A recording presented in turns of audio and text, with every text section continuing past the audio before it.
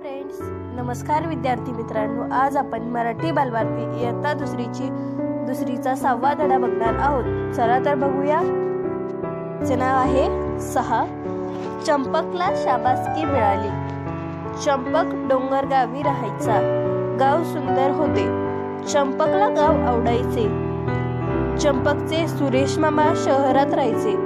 तो मामाकडे शहरात शिकायला गेला. चंपक शिकून मोठा झाला. चंपकला काम करायला आवडायचे. चंपकने नगरपालिकेची परवानगी मिळवली. मामाने मदत केली. चंपकने हिराबागेजवळ केळीची गाडी उभी केली. पिवळी धमक गोड केळी लोकांना आवडू लागली. एके दिवशी एका मुलाने केळी घेतली. केळी खाऊन साल सडकेवर टाकली. सडकेवर म्हणजे रस्त्यावर टाकली. मागून आलेले आजोबा सालीवरून घसरले म्हणजे पडले. पडता पडता सावरले. चंपक धावत मदतीला गेला.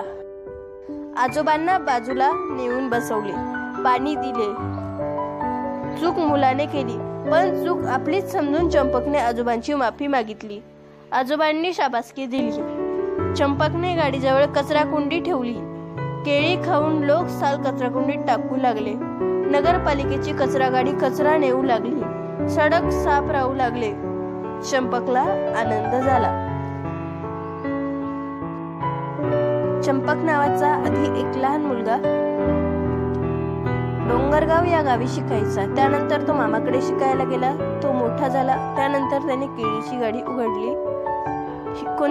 कोणत्या बागेजवळ? हिराबाग बागेजवळ.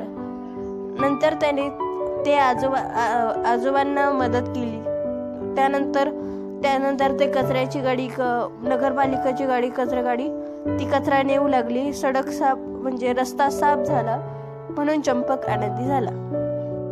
पाठात असं म्हटलंय की चंपकला शाबासकी मिळाली. थँक्यू.